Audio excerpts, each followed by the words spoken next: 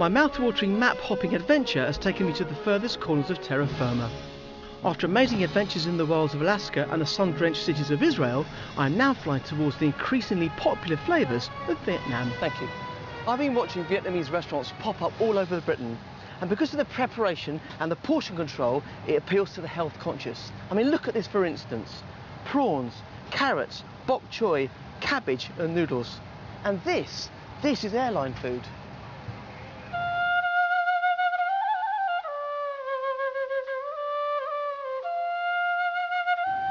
My first stop is Hanoi, and with plenty to fit into their day, the Vietnamese spring into action at 6 AM. And by 7 AM, the street food is ready to go.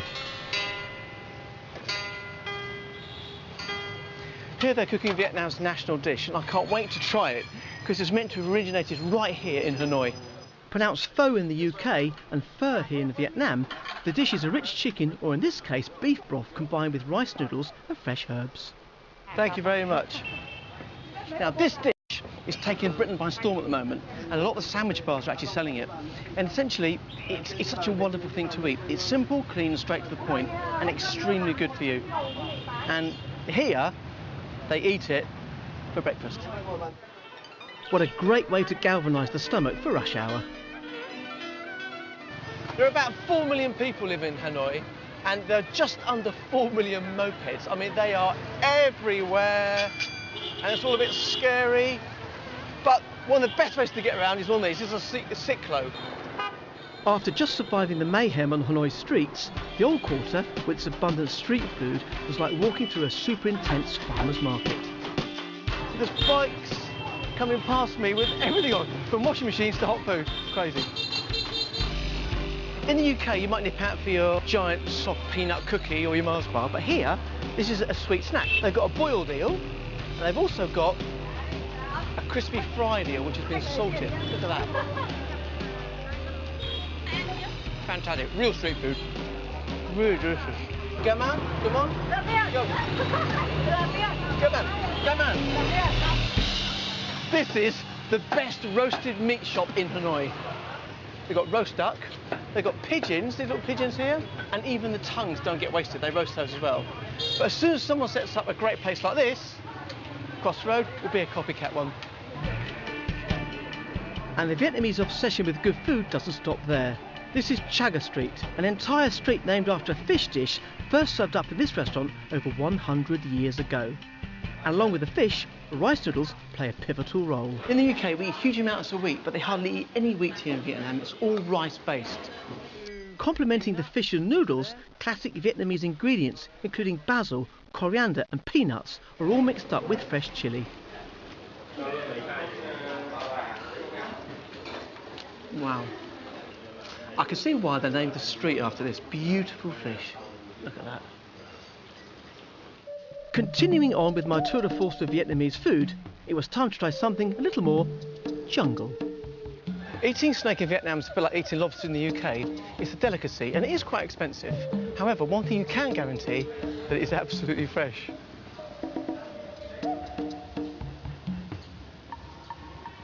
I'm pretty sure that's a cobra. And he's playing with it.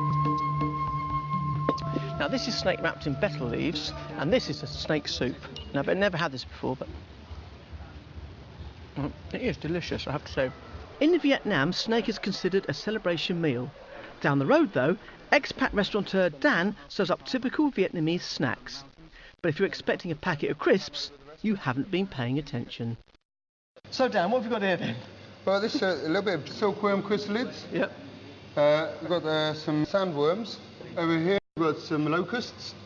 But it was the scorpions that had me a little worried. This thing is live and I'm still not quite sure if it is dangerous. But he's huge, isn't he? Imagine, oh, God, he'll get me. And in typical Vietnamese style, the insects take no time to prepare. As this day's gone on, the food has got steadily more exotic. And I'm finishing with a fried scorpion. A bit like twiglets, really. With food on every corner and mopeds speeding at you from every direction, it was time to leave Hanoi, a wonderful blend of chaos and cuisine.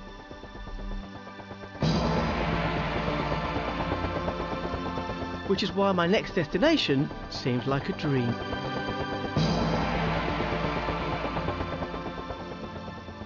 Out of my window was Hoi An, famed for its peaceful, natural beauty.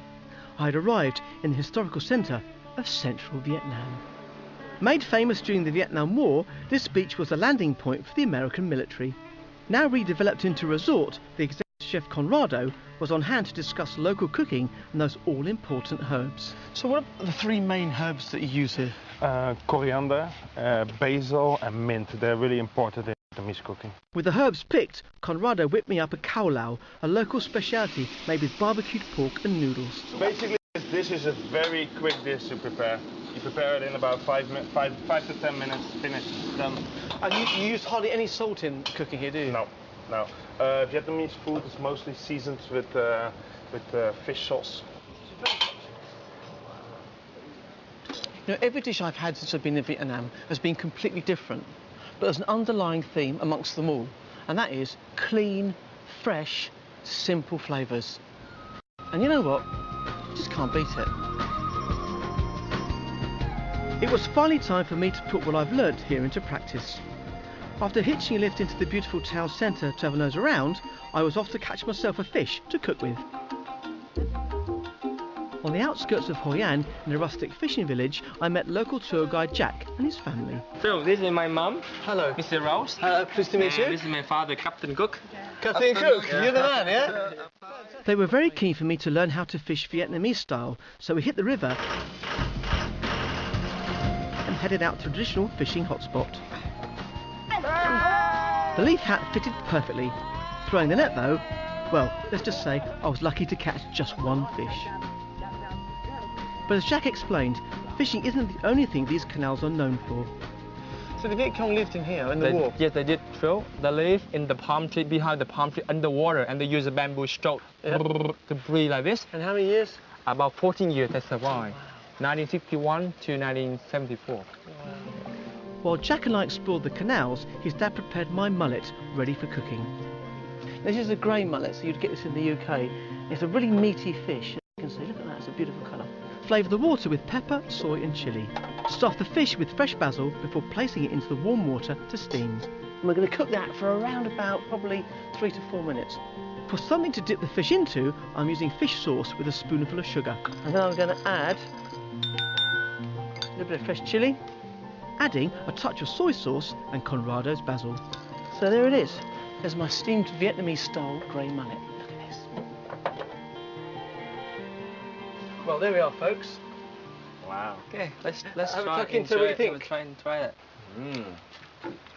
Is it delicious? Excellent. Excellent. Một, hai, ba, yo! Well, that went down well.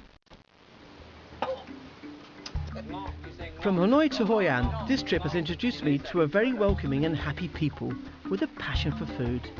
Next stop, southern Vietnam, and I can't wait.